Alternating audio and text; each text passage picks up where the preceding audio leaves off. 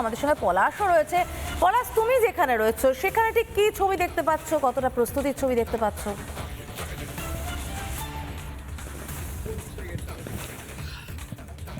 একদমই নদিয়ার মায়াপুর ইস্কন হচ্ছে গোটা ওয়ার্ল্ডের যে ইস্কন মন্দিরগুলো রয়েছে তার ভেতরে এক নম্বর, অর্থাৎ এটা হেডকোয়ার্টার মায়াপুর ইস্কন মন্দির। আর এই ইস্কন মন্দিরে একাধিক গো মাতাকে এখানে রাখা আছে, প্রায় 1000 এমনকি একটা ইনফরমেশন দিয়ে রাখি, প্রত্যেকটা গো মাতার পেছনে তার বায়োডাটা আছে। এটাকে কে দান করলো, তিনি কত পরিমাণে দুধ দেন সারাদিনে, তার খাদ্য খাওয়ার কি কি লাগে, বা তার থেকে কি কি গো উৎপাদিত পণ্য তৈরি হয়, যেগুলো এখানে ভেতরে বিভিন্ন রকম স্টল করা আছে, সেই স্টলগুলোতে পাওয়া যায়। আজ প্রথমবার মুখ্যমন্ত্রী হওয়ার পর রাজ্যের মুখ্যমন্ত্রী শুভেন্দু অধিকারী আর কিছুক্ষণের মধ্যেই তিনি কলকাতা থেকে হেলিকপ্টারে সরাসরি নামবেন।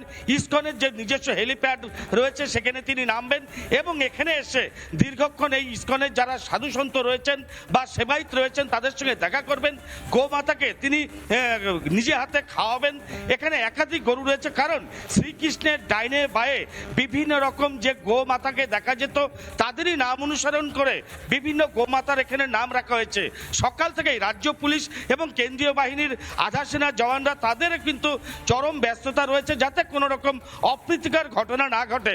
আর গোটা ইস্কন মন্দির তাদেরও নিজস্ব ড্রোন ক্যামেরা রয়েছে, একাধিক সিসি ক্যামেরা রয়েছে, সমস্ত কিছু দিয়েই কিন্তু একদম চূড়ান্ত ব্যস্ততা চলছে। শুধু সময়ের অপেক্ষা, কিছু সময় অতিবাহিত হলেই রাজ্যের মুখ্যমন্ত্রী শুভেন্দু অধিকারী তিনি এসে পৌঁছাবেন মায়াপুর ইস্কন মন্দিরে।